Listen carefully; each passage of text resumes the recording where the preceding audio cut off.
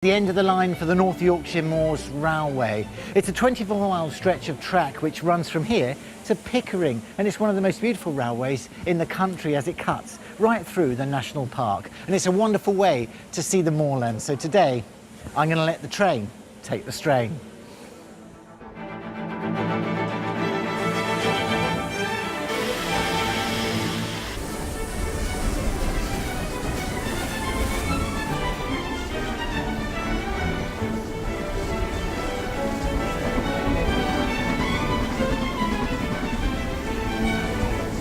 The people of Whitby needed a railway to transport goods like coal and timber from the harbour out to towns inland and bring produce back to the ships at port. The Whitby to Pickering Railway took more than 5 years to build and was opened with great celebration on the 26th of May 1836, although for nearly 10 years the trains back then used to be pulled by horses. The railway has seen many changes over the years. Now, this is a fully operational heritage railway with big, powerful steam engines, charming carriages and delightful period stations. And of course, ever-changing scenery. But it hasn't always been like that. Joining me in the Western Saloon carriage is Philip Benham, manager of the railway. So tell me a little bit more about this incredible line. One of the first railways built in Britain. It started up in 1835 and it was horse-drawn, designed by George Stephenson, who's generally known as the father of railways. Yeah. And horse-drawn railway from Whitby through to Pickering, right the way through the North York Moors. Gosh, how long did that take? Oh, a long time. It also involved going up a rope-hauled incline through the village of Goathland, so yeah. It was, yes, quite rough and ready in those days. How did it progress? It became a very important railway. In fact, you could get trains from London through to Whitby here right up to the 1960s. Incredible. And it helped to develop Whitby, of course, as a holiday resort. Obviously, the Beeching plan came along. Tell me a little bit more about that and Dr. Beeching. Well, Dr. Richard Beeching was appointed as the chairman of British Railways in the early 1960s, and his remit was to try and make the railways pay.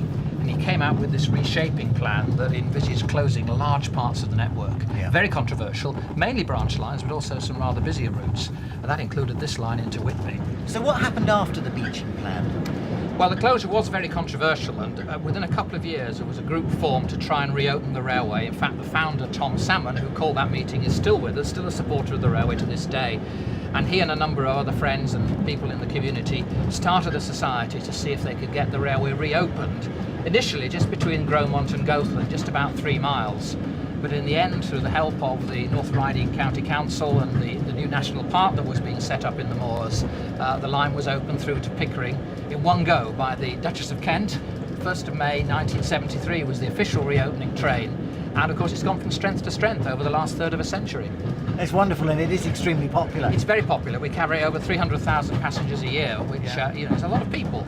Of course it's run very largely by volunteers. Yeah. A few people like me who get paid, but it was started by volunteers, and that's the unique essence of a line like this, that it's the people who own it, who run it, and of course they have great love for the railway and everything on it.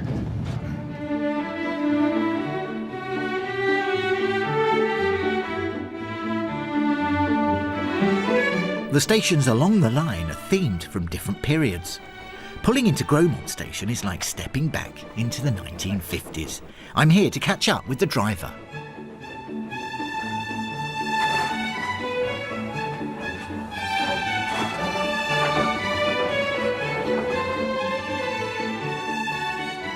Jerry, how long have you been driving trains? About 10 years on this railway, and about 8 or 9 years on VR. How old is the engine? Oh, 1925. Worked on the Somerset and Dorset. They were built for that railway. They were built at Darlington, and they worked on the Somerset and Dorset. What speed can she do? Well, we'll do about 35 flat out, but yeah. 40, but up here 25. You want to push the regulator a bit more. Here, push it up a bit, a little bit more. That's it, that's it. That's it. You want to put a bit on? I'll put a bit on. Yeah. Don't throw the shovel in. Don't.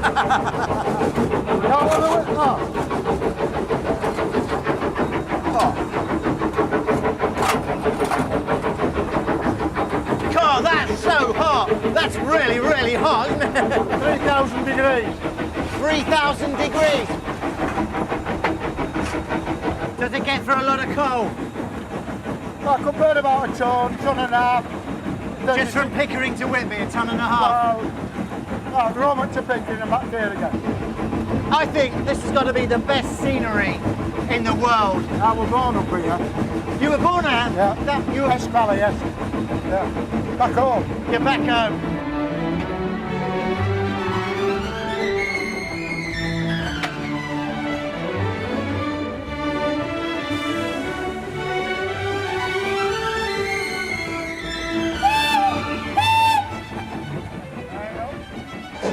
The next stop on the journey is Goathland. Although it might not look it, this is the most recent station on the railway and was built as accommodation for the station master and his family. This charming station has somewhat of a celebrity status. It's also been known as Aidensfield in ITV's Heartbeat and as the spectacular Hogsmeade in the first Harry Potter film.